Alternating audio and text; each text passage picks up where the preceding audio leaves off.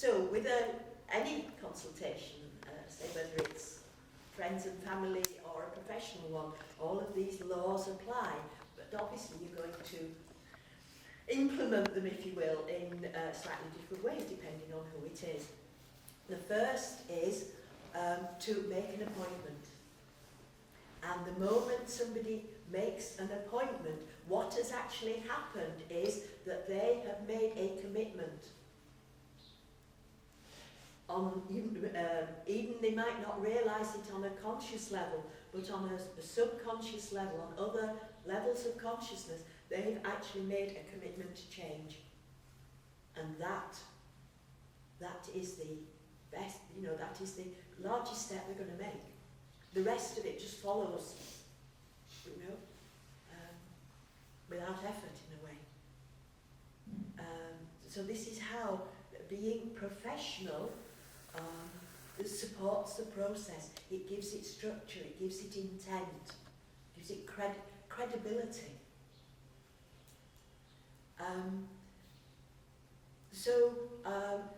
Where somebody rings up, then don't be floaty about it.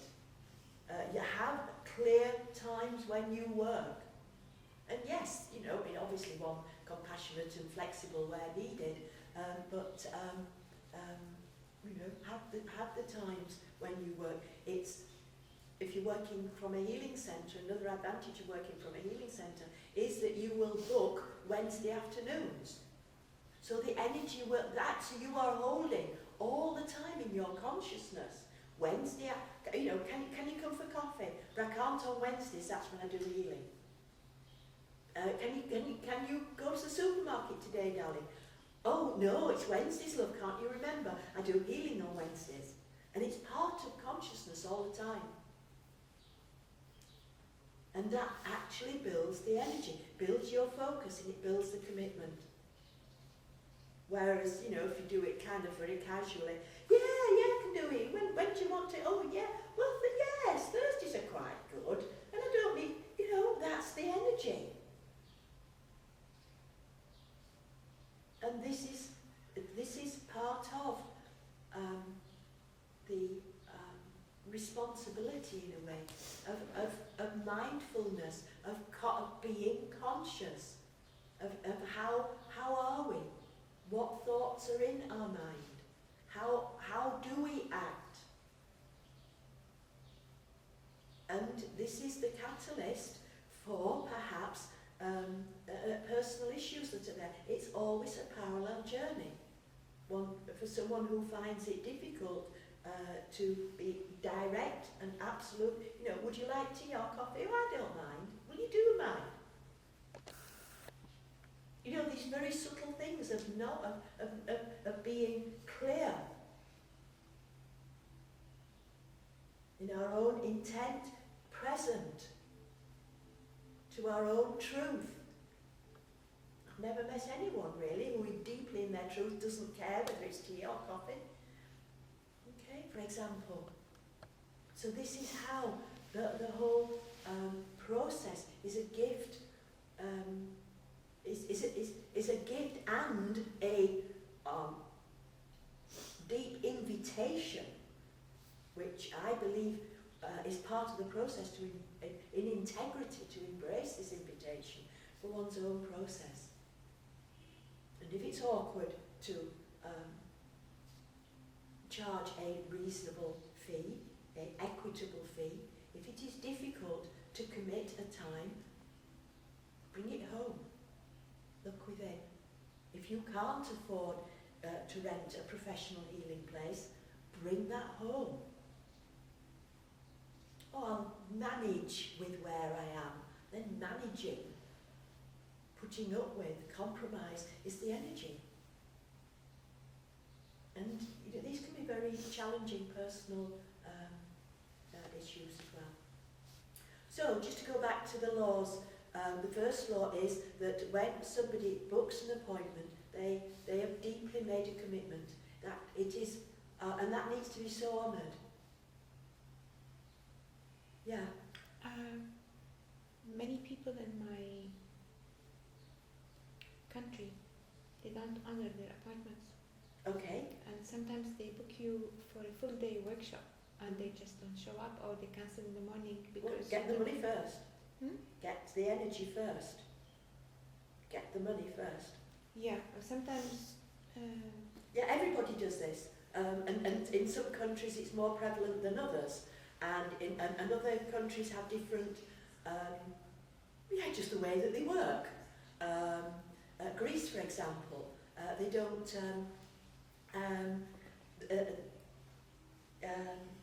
in Greece, they don't like paying a deposit for a workshop. They don't like committing.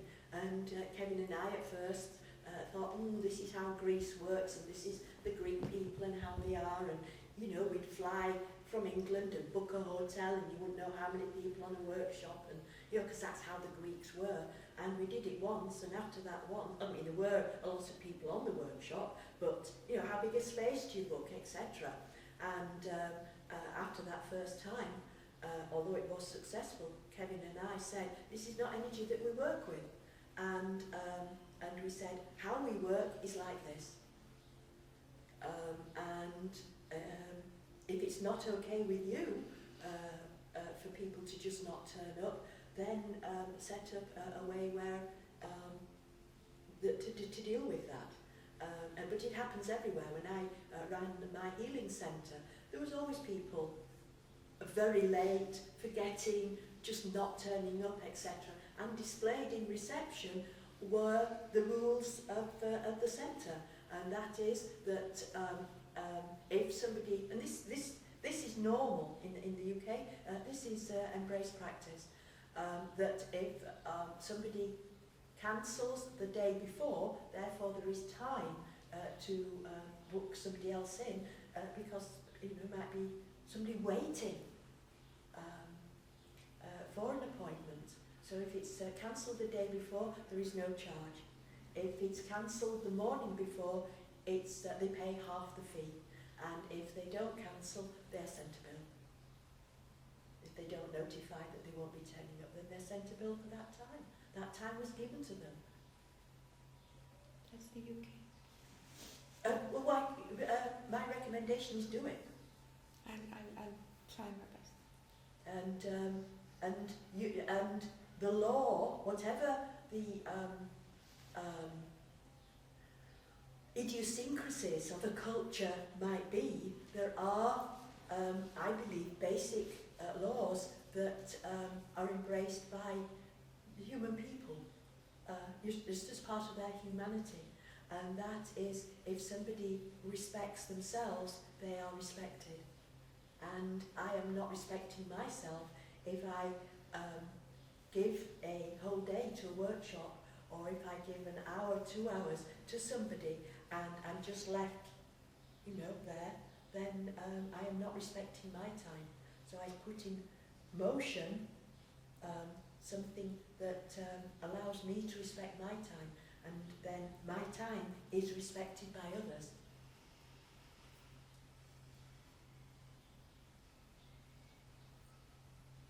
And I just shared something with Evelyn this morning, and she said to me, she said in Egypt, there's, I don't know, I'll quote this perfectly, but she said in Egypt, what they say is one of the sayings is that you have the friend that you deserve, you have the company that you deserve, and in the West we say you have the government that you deserve. We recognise this, that we have the relationship we deserve. So this is part of that the reality we live in reflects how we are with ourselves. And that is a law, that isn't an opinion or anything to do with different cultures or whatever. And it's an Arabic saying as well. You have around you the people that reflect who you are. So yeah, basically what I'm saying is, what I'm trying to share with you are not my opinions, are how it works, and to witness if your conscious mind would like to bring forwards excuses why you can't do it. And that is the personal learning.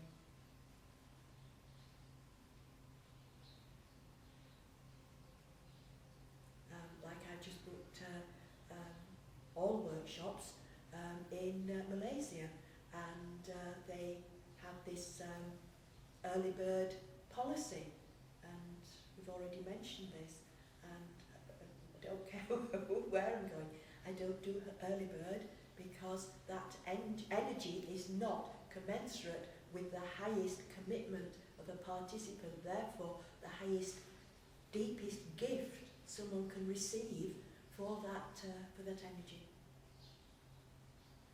I'm just abiding by laws, not my laws, cosmic laws. Yeah. And it's when we understand the law, the angel, it's angelic. The angels are cosmic laws. Okay? So it's all angelic. It's a way of being in line with the divine, in truth with the divine, in congruence with divine law, divine order. That is living with the angels. Okay? And working with the energy on a daily basis. So if it's a friend and said, oh yes, you've just done that workshop, I'd love a healing from you. And you say, yeah, great, I'd love to give you one. You say, what are you doing next Tuesday evening? Yeah, I can come, right. We'll make a commitment to that. This is what you do with friends, you make a commitment. And you say, right, great, we'll go out for a meal afterwards. But come, 7 o'clock Tuesday night, I will. All right. And then when you go out, hey, I'll buy this meal for you, thanks ever so much for that healing. You've got everything. You've got the energy exchange, and it fits within the friendship. I strongly recommend that you don't give a healing to anyone so they can just see what it is like. Because what they'll get is seeing what it's like. They won't get a healing, they'll just get an interesting experience. You might as well give them, I don't know, a bath, or push them in the Nile. They'll see what that's like as well,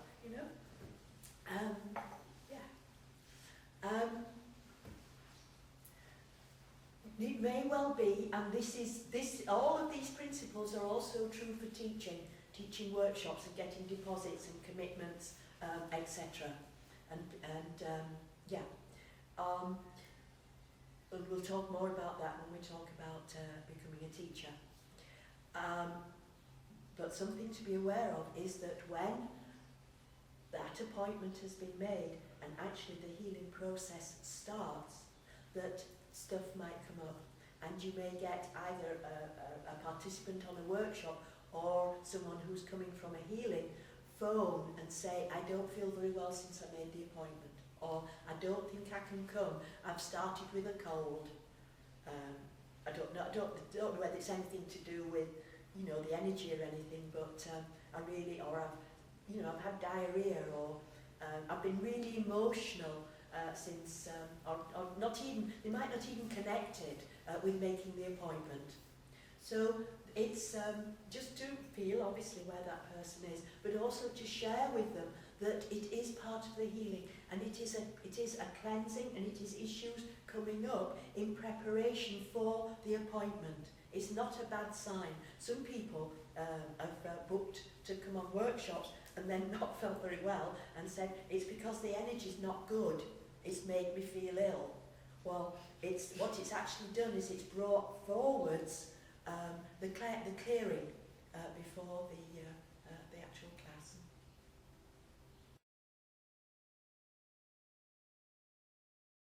The first thing is making the appointment. The next part is back to you, and that is the personal preparation and the preparation of the space. my personal preparation, and this was for Kevin as well, is before doing any energy work with anyone, whether it's teaching or a healing, is my responsibility is to bring my energy body into the highest harmony that I possibly can.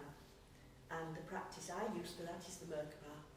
So I don't do anything without first doing my Merkaba meditation, so that my consciousness field is in the highest divine design that I have the tools to create it. Now, funnily enough, it doesn't matter what's going on for you. Sometimes people say, well, I can't really do healings because I'm feeling really depressed myself. Healing process, stuff comes up. So it's where your focus is. If your focus is on your stuff and what's going on for you, and you feel depressed, there is absolutely no reason why one needs to bring one's personal depression, anger, issues into the healing space. And you know that at the beginning of the workshop, I say, take 2 deep breaths and let go of anything that doesn't need to be in this space at this time. And I found that was sufficient for me to create a balanced space only 10 days after Kevin had died, so that I could teach in America. Absolutely. And it's not suppressing, it's just being master of consciousness. So if you're going through a tough time personally, fine. You're experiencing whatever is there. You're in your truth. We do not have to be perfect beings. We need to be in our truth. And also masters. And it's perfectly possible to step into the healing space and hold a space for a client or for workshop participants. Whatever's going on for you personally. And I believe that is being professional. Johnny Depp can be feeling, talk to his bank manager and go straight to being a stupid pirate. Sorry, Johnny. Right? Yeah? Stupid pirate? A pirate. Johnny Depp and Pirates of the Caribbean, Yeah. all the others. Because he doesn't go on and start acting the part of the pirate with, I've just seen my bank manager on his face.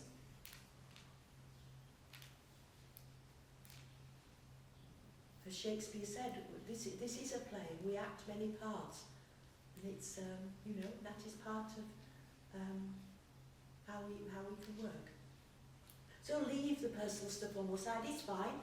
It could be there, and the energy will support you in healing that anyway. So going personally responsible for being in integrity. Cleansing the space. We talked a lot about clearing and cleansing the space. That's the preparation for the divine coming.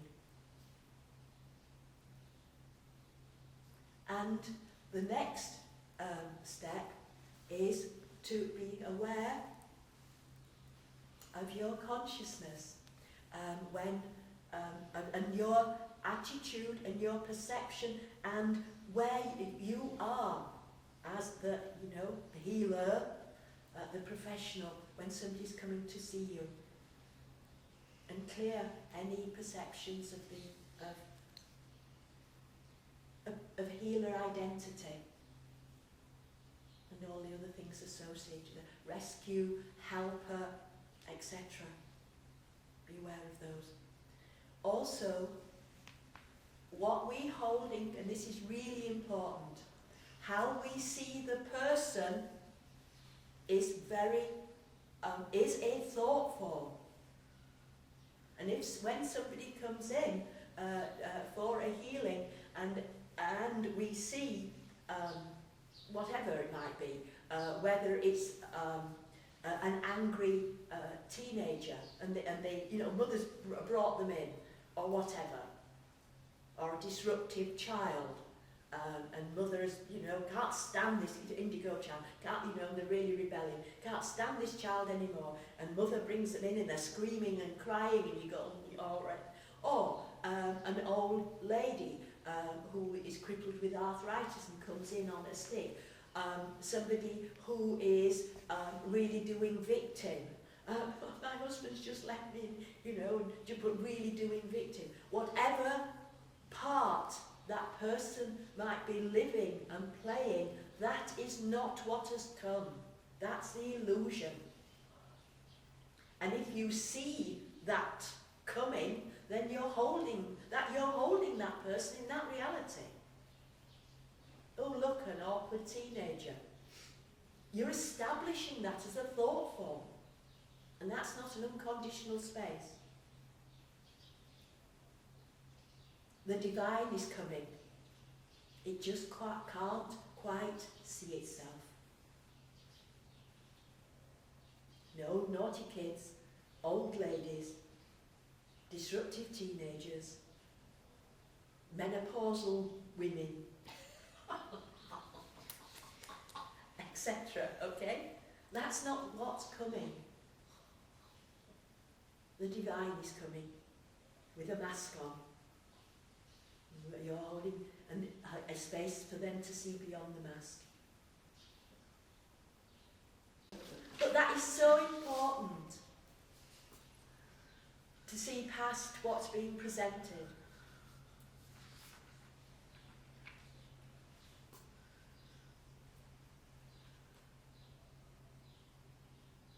Yeah.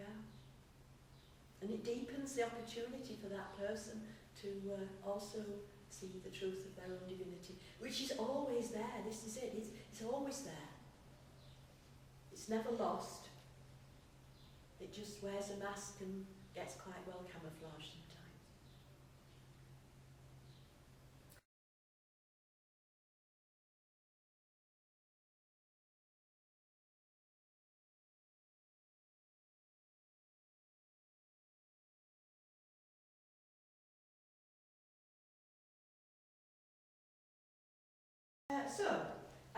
The healing session, as we said, it's the time that's needed is an hour, and it's divided into 3 parts.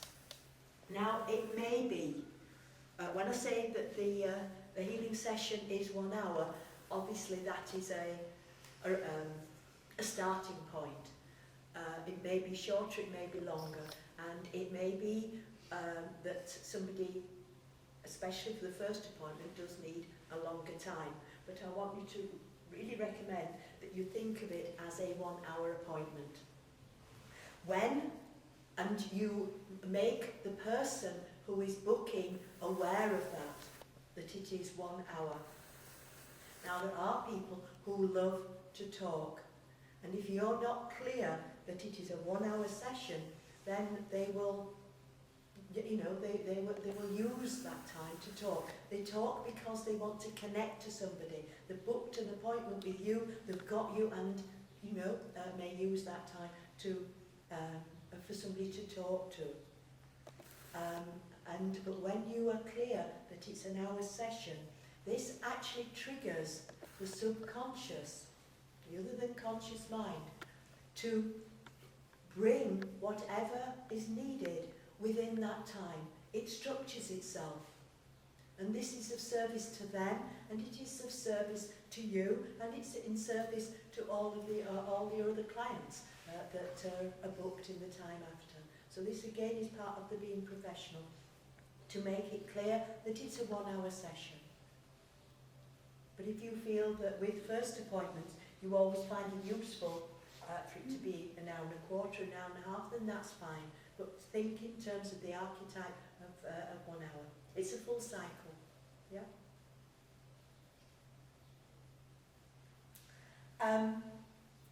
Everything that is creative and has 3 parts to it. And this is very classical. This is definitely an archetype. It's not something I'm making up for Angelic Reiki, or in fact, this is a way just wording it or presenting it slightly differently would be a way for any consultation, any meeting, in a way nearly any event, okay? To divide it up into these three parts, beginning, middle and end, yeah? The first part, obviously you welcome the person and do whatever one needs to do to make them feel comfortable. Of course, maybe some concern, maybe the first time they've had a healing or whatever. But the first part actually constitutes their prayer. And a good way of starting the first part is to say something like, what brought you here? It's very unconditional, but it's a deep invitation. It's a deep invitation to someone to express the purpose. And it is the purpose that is the prayer.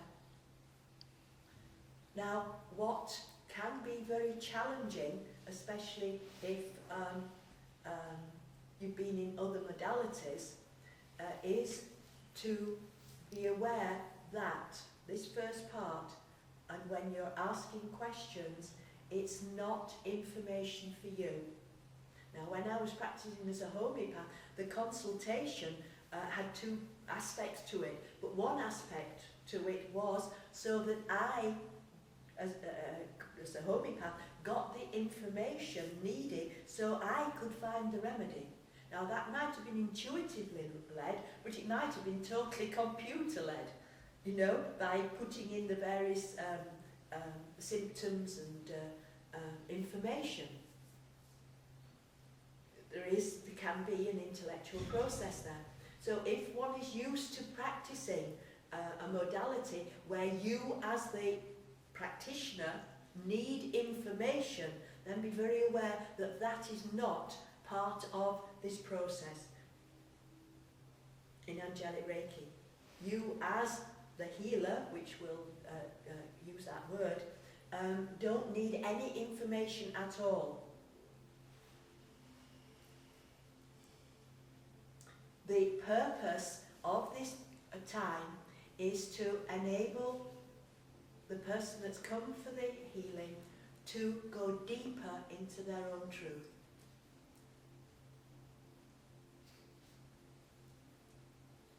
Now, obviously different modalities have different ways of working, but just to share a case in point with you that I had as a homeopath. The reason that somebody had actually come for a remedy was that she had headaches, and I gave her the appropriate remedy, and when she came back, she said that the headaches were fine.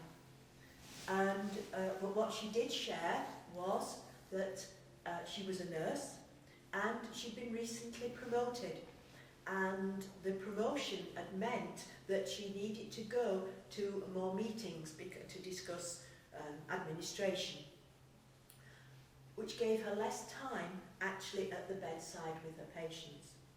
And this really, she found this very, very difficult. At the meetings, there were certain managers of the hospital, etc. So at first she had felt totally obliged to be there, and she would cut short times with the patients at the bedside so she could arrive on time at these meetings, and this was causing a great deal of stress for her. The healing process was that she found within herself the ability to say, I'm sorry, I cannot come to this meeting. The timing does not fit with my round on the ward, and please can you write a report and let me have it, and I'll give you my feedback. That was the issue, not the headaches. And when she, through talking, when she saw that, then a big opening was there. Yeah? That is the purpose, to facilitate somebody going deeper into their own truth. So, another example, headaches are quite good examples, really. I've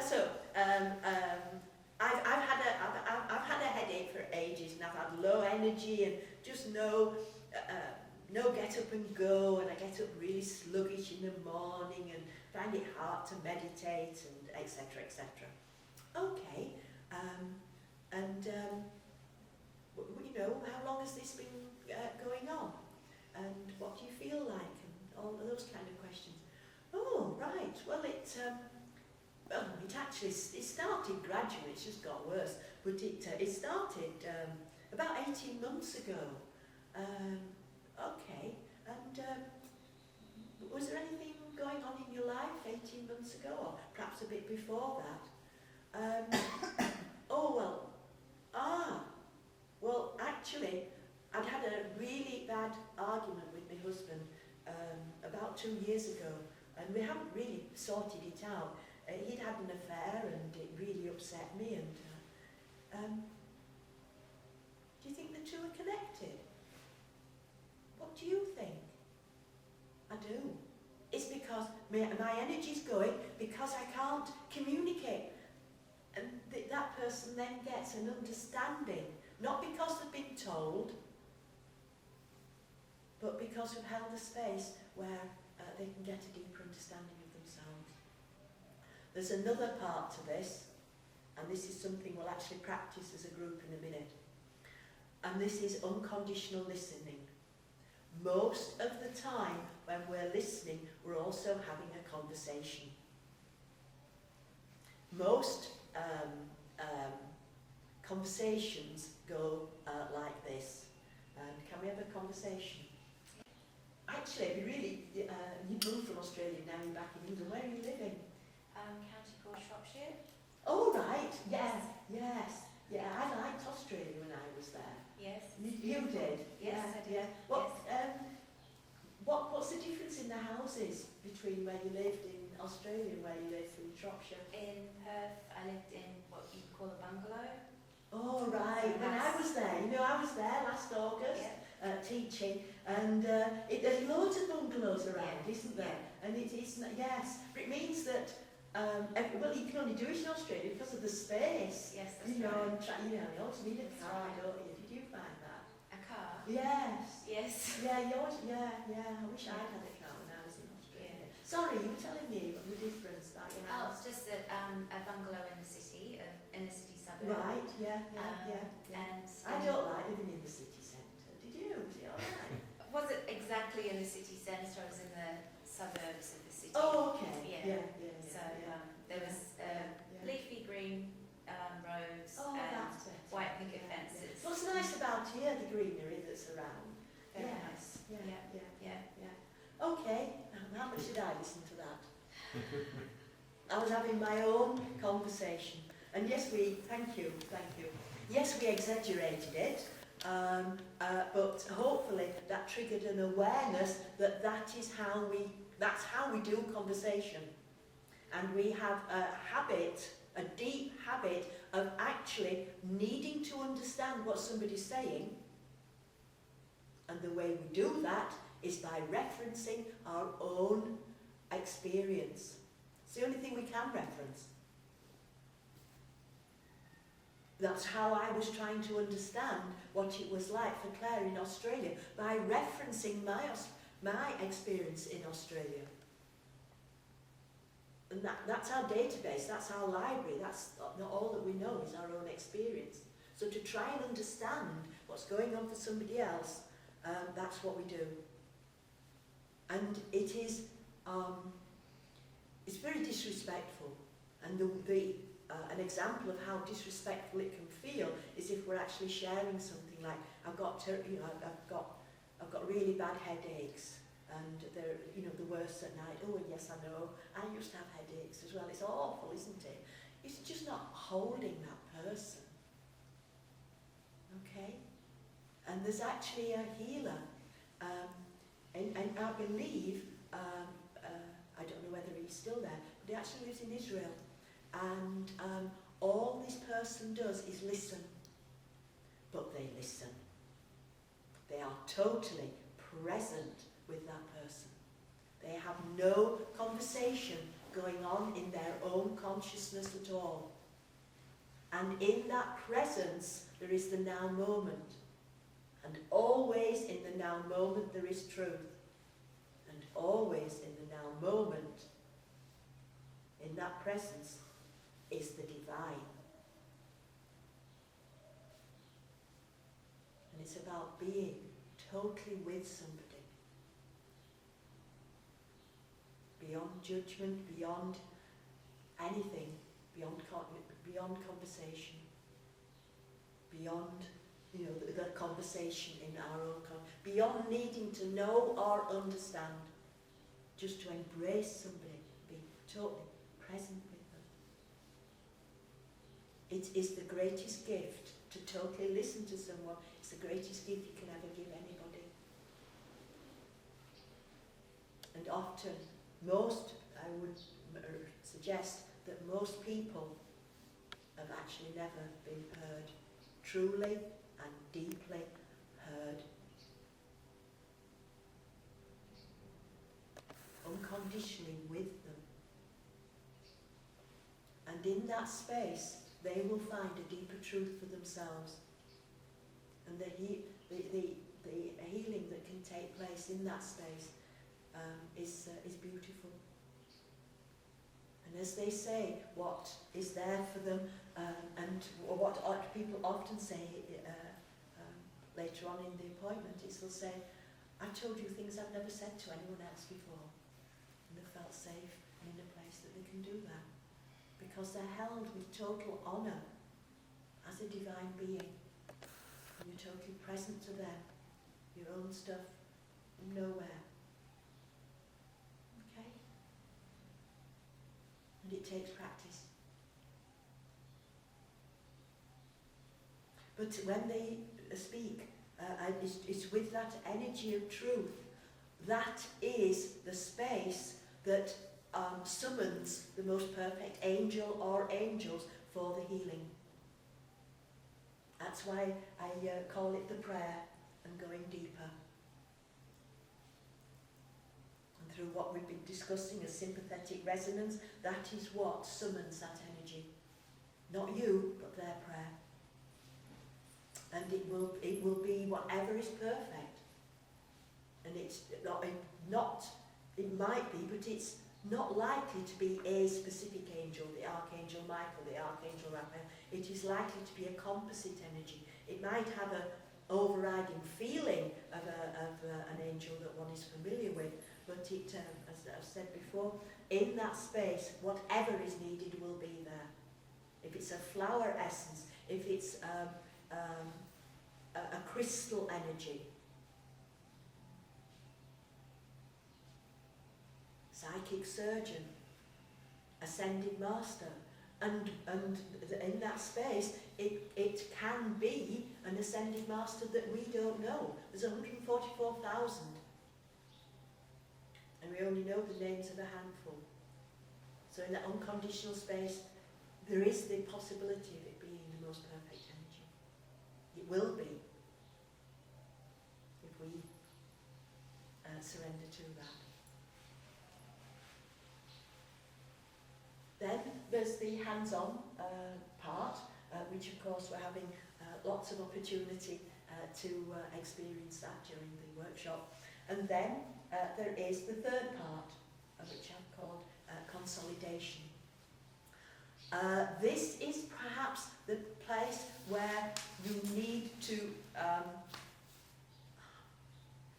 really be open to guidance from the angels. The angelic energy will still be present, well, it's present all the time, because the whole process is, because you've dedicated space, the whole process is in a bath of angelic energy, which does, yes, transmutes everything.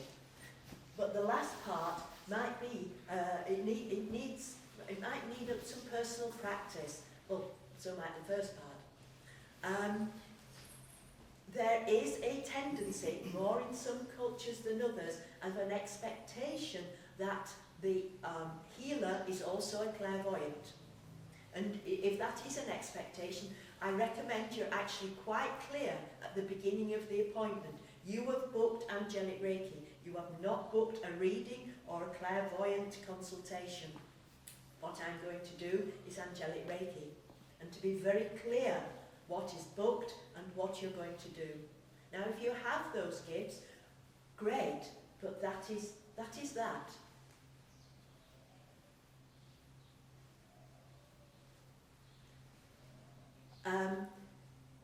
The process of Angelic Reiki in a healing session is about totally empowerment. And everybody knows the answer. So again, it's a way of allowing, instead of telling the person, well, I felt this and I felt, as the healer, giving a report on what you, the healer, felt and saw, that is not empowerment. It's about giving the recipient space to say what arose for them. But through what you felt, that is the guidance for the questions that you can ask that will support them in taking them deeper. Did you see anything? Not really, but perhaps I might have done. What kind of thing? It's possible, to see past lives. Well, do you know what I might have done? Well, what was it about? Well, I'm not sure. Was it anything to do with mountains or... actually now, so from what you saw, you can support them as knowing what was actually subtly there for them. Okay? So it's always empowerment. This is the time, again, to support the person. This is the time when somebody it might be appropriate to kind of give guidance. Not be very careful not to go into, it's not our role to give advice or instructions. And actually in some countries it's actually legal to do that. But you can point somebody in the direction of another professional. It may be really obvious from how that person looks, what you've picked up and what you've seen, that the diet is not supporting health. So it's appropriate to say, have you considered looking at your diet? And just plant that as a seed. We never ever diagnose. And it might be appropriate because you pick something up, because that's part of the empathy of the healer, to realise what bodily energy imbalances there might be. And it might be appropriate to actually say, well, have you ever thought of that? It can be also very sensible to actually consult a medical practitioner and just ask advice. When I was practising as a homeopath, just through the consultation and the response and what I perceived, I experienced that I'd actually picked up the potential for cancer or the starting of cancer before that person had felt they needed to go to a doctor. One of the challenges is that if somebody comes for alternative treatment, healing, acupuncture, homeopathy, all sorts of any of the alternative modalities, there can also be a tendency for some people to not want to be real about what's actually going on for them. And it can be a challenge for that person, but part of their process to actually get real. But again, it's just about supporting. Yeah. Do you all understand what I mean by that? Yeah. Okay. So we never diagnose, but we do. It's obviously appropriate to recommend. as a healer, it is useful to have some knowledge of medication. For example, if somebody, and to take down information about medication that person might be on. So again, it's about getting real. A very easy example is that if you make a note, and I do this at the end, so that the first part and the healing, it doesn't feel that it's conditional at all, just embracing that person as they are, because there is no problem of mixing medication and the healing.